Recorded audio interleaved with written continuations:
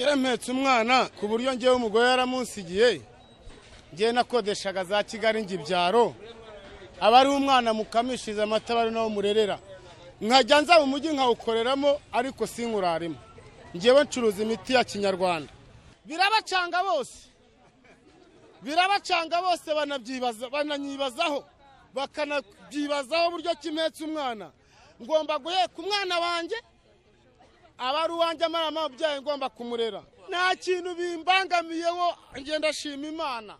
nabuze umugore ngo mubere umugabo jewe ndakora nura mwana agize ikibazo ku yaje no kujya hano ku bitaro byo kumuhima arwara isari w'umurwajije ku buryo twigeze gufata turi n'abahungu batatu tavuga ngo reka tujye kureba nyina tumusanga hano dobande tubimubwata umwana ari mu bitaro avuga ati umwana ari kumwe na sibyo mwibimbwiraho yarwariye kumuhima igihe kirekire uri mwana kuri mugabo akaba ari umurwanaho afite undi muntu umumuhekera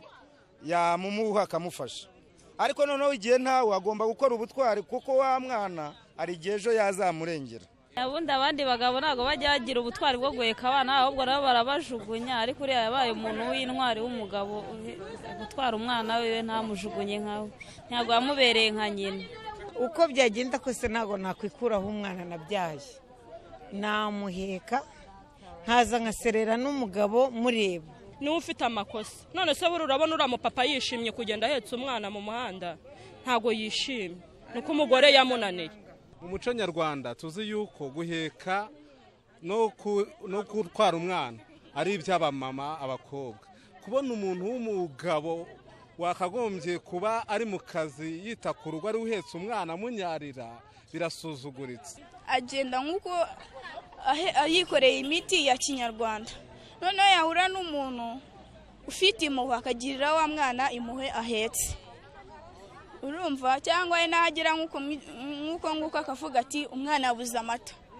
Ntago yabikubwira umubyeyi ngo nanirwe kumugurira amata. Ahantu hose ageze haba mu mujyi haba mu kabari kira hirya mu Kiderenga abavuga ngo umugore we yarapfuye nabashiki be nago babona ukuntu baheka abana umwana wiwe era akagenda amugendesha kuri kugira ngo amusabishe nyina abone ibyanywesha amuhaye nyina ko nyina agiye kumwa mu mwaka kamukubita kamumwima kubera azi cyamuriraho niyo mpamvu burase kubavuga ngo nyina yarapfuye kandi nyina hari byikita ko baratanye umwana akajya murera nkuko yareze abandi bana safite abandi bana se bakuru n'uriya wenyine ubusabaga mwebwe nago munanirana uzajya mu kabaruze n'inkwaka iposho y'inyime